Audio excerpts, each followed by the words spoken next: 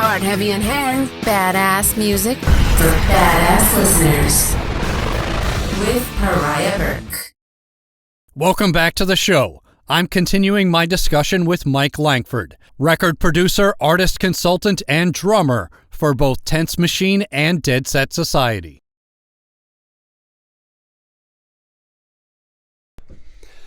That's where a lot of bands, a lot of artists struggle, is looking at the business of music. So, well, it's a lot. Sorry, go ahead. No, I was just gonna say, like, because the business of music, it's not sexy. Like, people, the way I can kind of compare it, it's like when you watch a movie like Wolf of Wall Street or The Big Short or something like that, like you can watch that and romanticize over the idea of money and business and stuff. But like a lot of art, we don't romanticize over the business and money making side of making art. We romanticize about recording it, coming up with it, writing it, tour stories, playing the show. It's like, that's what we keep focusing on. And the second we have to think about ourselves as product, our music as product, like it's not the fun part. So it's like trying to find scare a lot of people. Yeah. And a lot of artists are bad at it. They're bad at asking for the sale. They're bad at actually marketing themselves. They're bad at the idea of like, I have to sell this to somebody. And I think I'd probably get flamed for saying this, not using the word correctly, but I think the irony of the whole thing is the amount of artists that are, and kind of bring us full circle, the amount of artists that are angry over what payout rates are. You know, what we get from our streaming services, it's the same artist that put 60 people on their guest list for a $5 show. You know what I mean? It's just like, don't get mad at this company that's getting your music out to the 4.5 billion people that have access to the internet on the planet. Don't get mad at them. They made the platform. You don't need to put your music up on there. There's lots of other places you can put your music up and charge whatever you want. But they've got the biggest reach on these other ones. So use that to your advantage. Don't get mad at the payouts right now. I can rant for a while on that because there's so many times, again, with a lot of the dear bands that I've got stocked up that I'd like to post eventually. There's often bands and artists are just facing the wrong way as far as like how to build their fan base and how to actually bring the dollars in so they can keep afford doing what they're doing. When you look at anyone that's doing super well right now, it's exposure. And we joke that like, we can die from exposure, getting paid with exposure. But at the same time, it's like, that's how you build your fan base, your core fans. And when I, talking about the business side too, it's like, you need 1,000 core fans that'll invest $100 a year into you. And if you can find that, it's a lot of musicians are really crappy at math, but it's really easy math. 1,000 core fans, $100 a year. It's $100,000 before taxes you can work with. If you can't make your business grow or do anything with that, maybe don't be in business. Maybe it's a hobby at that point, or maybe you need someone else to help you run your business. Because I can always guarantee you, if you can show on your, I've been working on my taxes all day too. If you can show on your spreadsheet that your band or artist grossed $100,000, you're gonna have a way easier time getting people on your team than writing the best song in the world and having no fans to begin with. That's just a harsh reality of it. And that's a really powerful statement. Can you repeat that? Oh, I was just going off the cuff there, but yeah, no. If you can show people that you grossed $100,000 before taxes, you'll probably be easier building a team than having the best music but not having a fan base to follow it up with. So. You can just repeat you can just take the audio I know. And just put it over my face. No, I just wanted to call out the fact that is a really concise way of making the point, that statement. And I think that hopefully that will resonate with people. I know I was talking to a musician friend of mine recently, and he said, I have never had my hand out asking for money. I'm never going to do that. I'm never going to ask people for money. If they like the music, if they like the band, they'll come. And I tried to explain, you're not begging for money by asking to get paid for your art. But it just, there's a disconnect with, it's creative people in general. I know a lot of musicians, I know visual artists, and I know writers and actors. and there's a disconnect between the business and the creativity. And there's a fear of, if I'm trying to get paid at this, I'm compromising my art, or I'm compromising my morals as an artist. I'm just hoping the money will come, because I'd love to have Will Smith level money, or Motley Crue level money. And Nikki Sixx was smart in the way he managed the band, and they had Doc McGee, and they had a lot of smart people working with them, and sometimes stealing from them, but they still made money. But they were smart enough to recognize the band is a business, the music is a business. Make your art, but take care of the business side of it too. Yeah, what's your product? Actually, you made a good point there as far as people stealing money. Transparent bookkeeping. Transparent bookkeeping, making sure everyone can see the books at all times.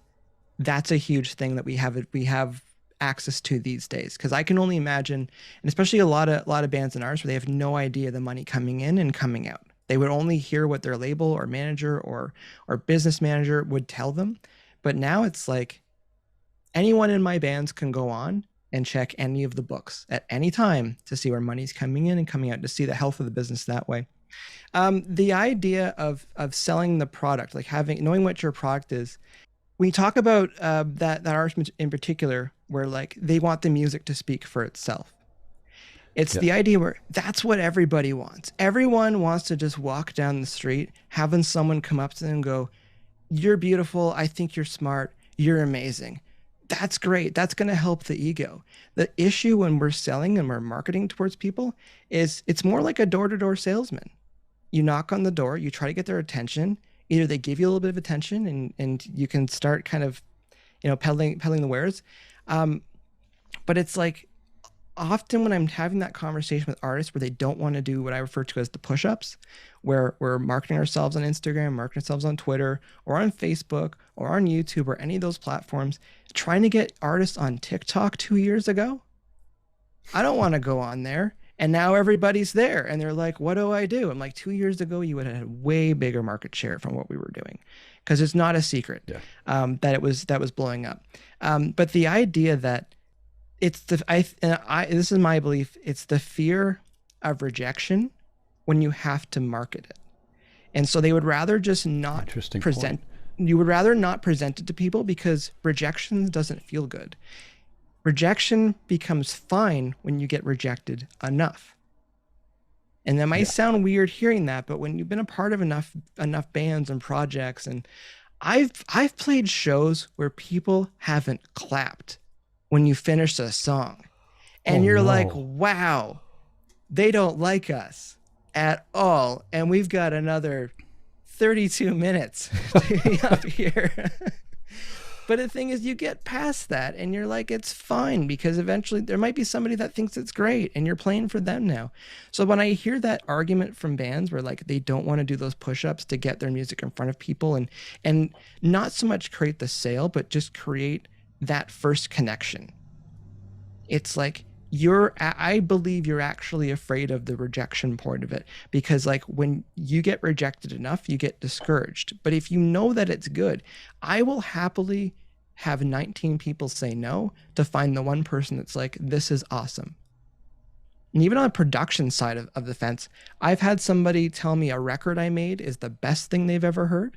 And I've had someone within the same hour say, this is the worst thing you've ever made. What's wrong? Like, what's wrong with your ears or something? Like, this is the word. So that's within 1 hour, the high and the low lows. But I just focus on the high highs because I think it's good. But the other thing too, it's like with the business part of it, years ago, one of the easiest strategies that bands and artists could do. You remember MySpace? Yes. Yeah. MySpace, you'd have rooms full of interns at record labels just adding people for bands on MySpace. Why? Because you're knocking on doors. You're seeing if they're interested in listening and clicking on the profile and looking through it. And bands could be doing that. And they didn't, because they thought it was lame. And it's like, well, My Chemical Romance, not to name names, but like My Chemical Romance blew up on MySpace. System of a Down got a huge reach on MySpace. Hollywood Undead, massive reach on MySpace. Not saying they had rooms full of interns clicking on them, but they had some massive followings on these platforms. So one of the more recent ones, 5 years ago, you could go onto Twitter and just follow people. You could just go in, and it's like talking to bands about that even 4 years ago, and they're like, I don't want to do that. That's lame. Well, what are you doing? You're hoping. You're hoping and praying people find your music when you could be getting in front of them right now. It's really clamped down on some of these platforms for some of these, and I would say there are strategies, because like, it's one thing to spam people. It's another thing to actually use some of these strategies just to get in front of people that look like they could align with the music that you're creating.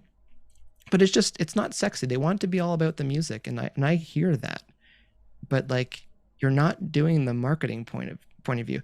Whatever you're drinking there, it's like, if the can doesn't look presentable, you might not be, you know what I mean? It's like, if there's still the packaging around it. It's just like, I see that, I'm like, that looks refreshing.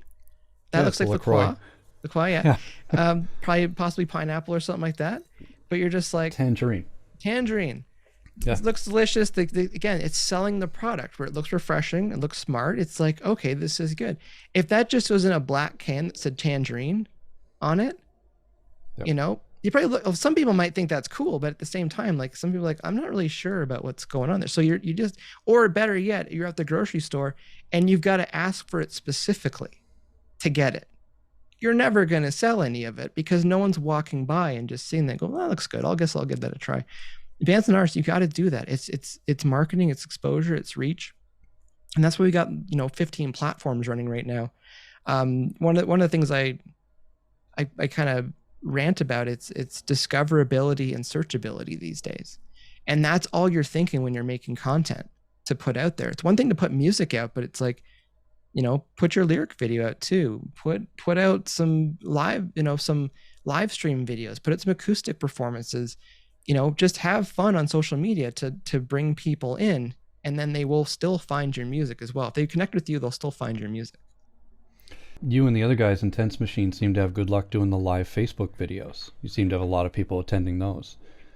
Yeah, it's been growing. It was one of those strategies where there was kind of two angles. One, it was being able to connect weekly with fans, especially when things were starting to go a bit sideways with touring. But I said right in the beginning, I said a lot of people reaching out in April last year asking about strategies for live streaming. And I said the most important thing to keep in mind right now is everyone's going to quit in 2 months, because they're not going to find ways to monetize on it.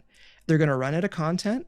Like, it's not going to be fun after you, like, when you run out of content, it's like having a conversation and you run out of things to talk about and you're stuck. It's like, do it once or twice a week, keep them, 20 minutes, 30 minutes. We do our Sundays, they're about an hour. Dane will play for, play 5 or 7 songs, 5, 6, 7 songs. And then, we'll chat for, 15, 20 minutes. And then we're good. It's a chance to engage with people, and keep that going. But it's like, we tried to think early on, what can we maintain once we get touring back? Because there's a lot of people that quit halfway through last year because they weren't able to make money. It was a lot of time, resources to get decent live streams together. I think it's easier than ever right now. Just imagine this all happened 10 years ago with how crap internet was compared to right now. Yeah. So I just say, let's make a plan to start building something so that if we, like, when we get touring back, we can still keep doing our live stream content, because it is fun. And because it's like, it's live and it's interactive, like there's an element of danger and you're going into the unknown sometimes with some of the comments in the thread, especially when your singer is Dane Hartzell, and you just don't know what's going to happen sometimes. In a good way. It's fun. It's entertaining. There's definitely times I see things pop up in the chat. I'm just like, Dane, be good. Just be good. Just keep it PG.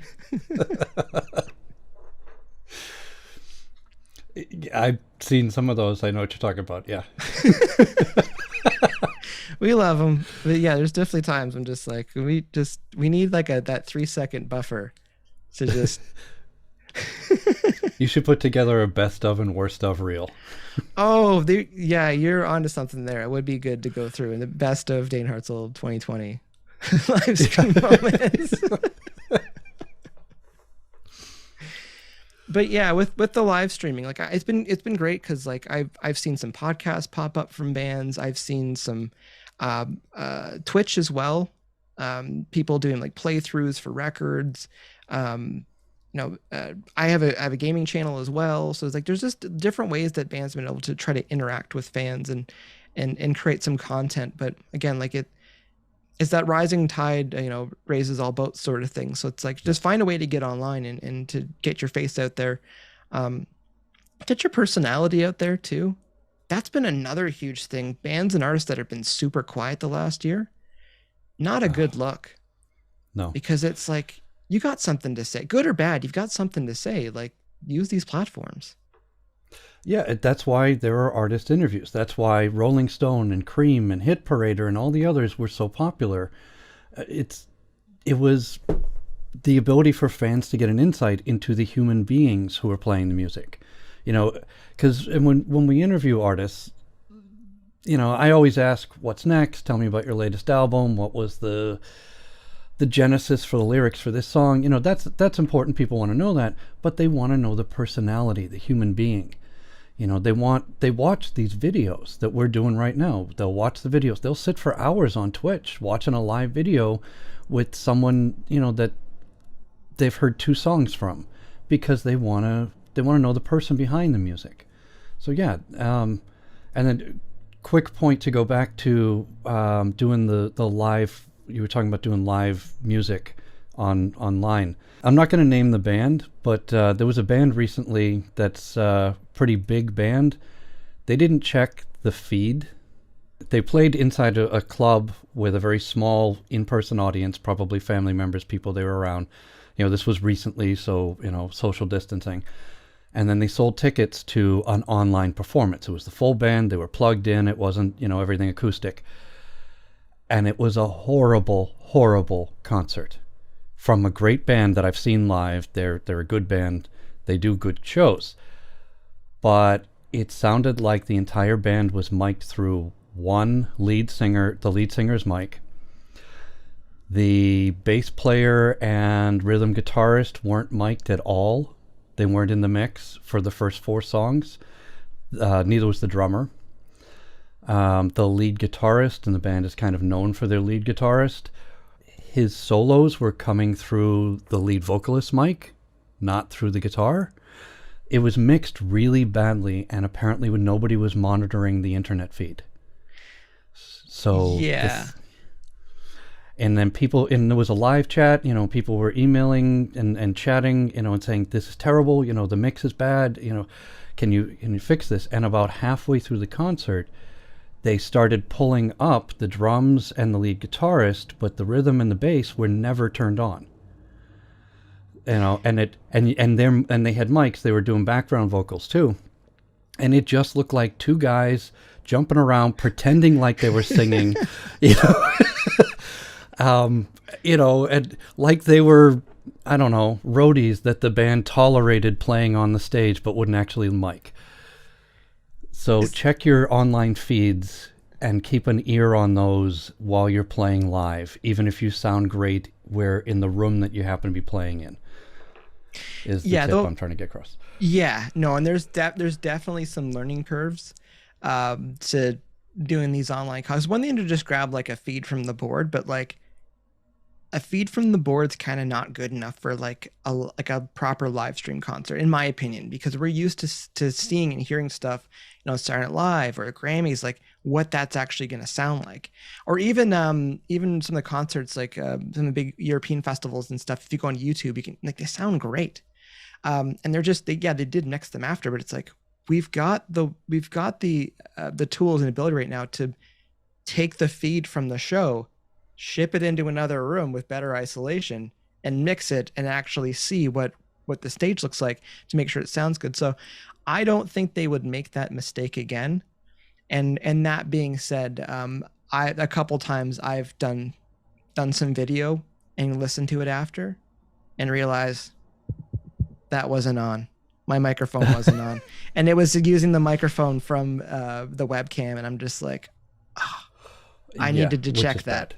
Yeah, because everything was fine, and then it wasn't fine. So like even before we start again, it's like I'm always checking to make sure, are we using my actual microphone? Or so that's one of those things where somebody probably had a long car ride home and not a lot of sleep that night because a couple things weren't a couple settings weren't proper before that got sent out. So I've done that thing with the mic. I co-parent a cat, so the cat's over here sometimes.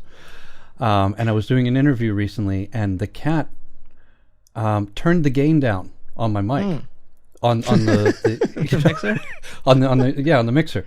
So I didn't see it happen. Just the cat happened to walk over, and just the paw slid the. So I had no audio on my side during the interview. Amazing. That's when I learned about Zoom doing recording itself as a backup instead of, because I was recording the screen and I was routing guests to a separate channel and guests to one channel, me to another channel. And if I had multiple guests, each of their audios went to a different channel. And then suddenly there's my guest responding to questions in the video and there's silence from me. Oh, and that's painful. Yeah. And it could, and I freaked out for a couple of minutes. I went onto a Facebook board, where there's other radio people, and I said, look, I need some commiseration and sympathy. I don't need advice. This is what happened.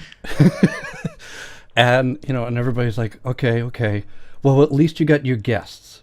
That's not bad. You can re-record your own. I'm like, yep, I'm in the process of doing that right now. So I'm sitting there watching the video, trying to lip sync myself, re-record my side of it.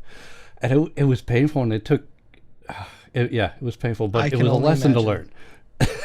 I can only imagine how much. It's funny. I teach as well, and long story short, I had to refilm one of the lessons because we have some audio examples in the course, and I'm like, okay, well, I'll just pop this up as an unlisted video up on YouTube. But the bands that we were using, so. On YouTube, for anyone that's wondering, on YouTube, when you put a video up, if you're using anyone else's video, music, you'll get these, I think it's called DMCA strikes or copyright strikes. Yes. And so I was used to seeing them and being like, you can't monetize this. No problem. Not trying to monetize it. It's just for the students. And then artists like the Beatles were like, hey, we actually don't want this video on here at all. And we're just using the audio from it. So I couldn't really do anything with the video, so I'm like, okay, I'll take that down. I'll just film another one. It's like an hour and a half, which doesn't sound like a long time, and it is a long time at the same time. I'll just go through the lecture again, and I went through the lecture. This is the one I was actually talking about, where I didn't have the microphone on. Did the whole lecture. Felt really good about it because you're just talking to a camera the whole time too, and going through lecture slides and expanding on things. And I got to the end of it, and went to clean up the audio, and I was just like, this is not good. This does not sound like the SM7 at all. This is, and I checked on, cause I did record it on Zoom, and I'm like, oh my God, I just did an hour and a half with the webcam mic. And I was talking to another friend who teaches, and he's like, well, is the content good? I'm like, yeah, but the thing is, this is a recording class. So like, I can't have bad audio. I can't be like, just ignore the lackluster audio here in the audio class. So I did it a third time. And I was like, so yeah, on the Sunday I did it again. I'm just like, okay, this time for sure we're good with everything.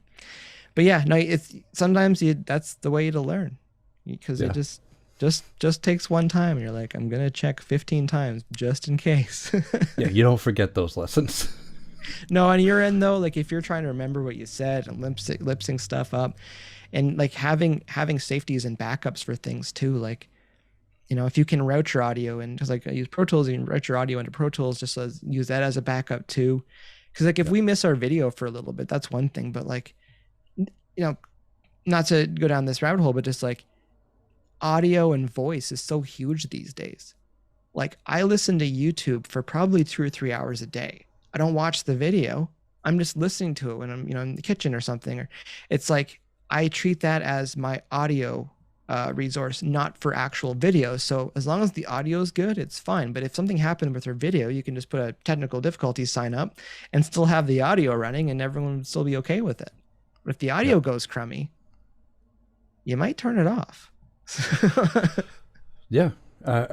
I'm one of those people that if I'm in the car driving and I'm listening to FM and I start to get a little fuzz on it, if the signal starts dropping out, I change the channel. I just can't stand it.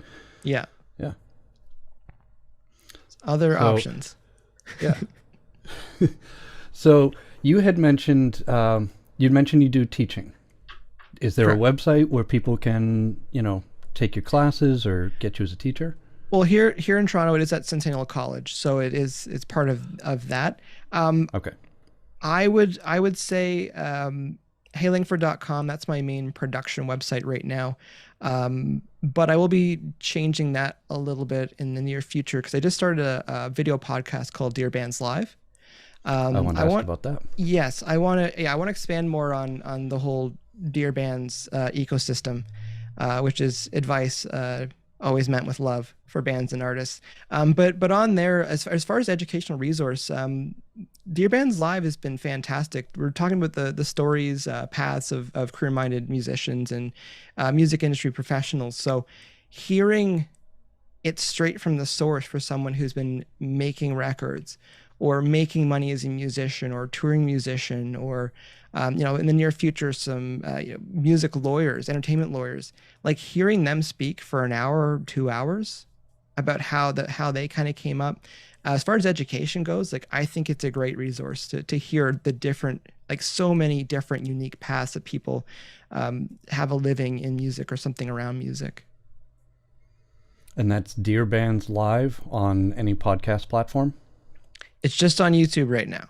Oh, just YouTube. Just Sorry. on YouTube right now, yeah. Okay. Well, I will definitely put the links to heylangford.com and Dear Bands Live on pariahrocks.com in the show notes. Excellent, thank you. Anything else? Tense Machine, which is tensmachine.com, right? Yep. Yeah, so Tense Machine, all the Instagram, Twitter, it's the same handle. Still Deadset Society, check that out as well. With Tense Machine, we got another single coming out on the 26th called Pieces. We're looking forward to. It's kind of our February is for a lot of people it's Valentine's Day, so it's kind of the other end of that spectrum for some people getting through this month. So okay, I'm looking forward to hearing that. I did a Valentine show. I don't know if you heard it. It was the countdown of the 14 most romantic hair band songs of all time. But then an average hard, heavy, and hair show, I can fit 21 to 26 songs in there. So all the other songs are anti-Valentine's Day songs. Heartbreak. Motley Crue's song, This Is Not a Love Song. It's just an F song. Things like that. My Darkest Days was one of the anti-Valentine songs. it's probably about 10 songs they could use. So. Oh yeah, there was yeah. Casual Sex, I think, was the one I used for the anti. Yeah. Mike Langford, thank you very much for joining us on the Hard, Heavy, and Hair show, and I wish you the best of luck. You've got the Pieces single coming out, which might be out by the time people hear this interview. I might get a chance to play it right after the interview segment on the show. And you're still working on Tense Machine music. You're still producing other artists. You've got this new podcast, video cast on YouTube called Dear Bands Live. I wish you the best of luck with that. And thank you for coming on the show. Excellent. Thanks for having me.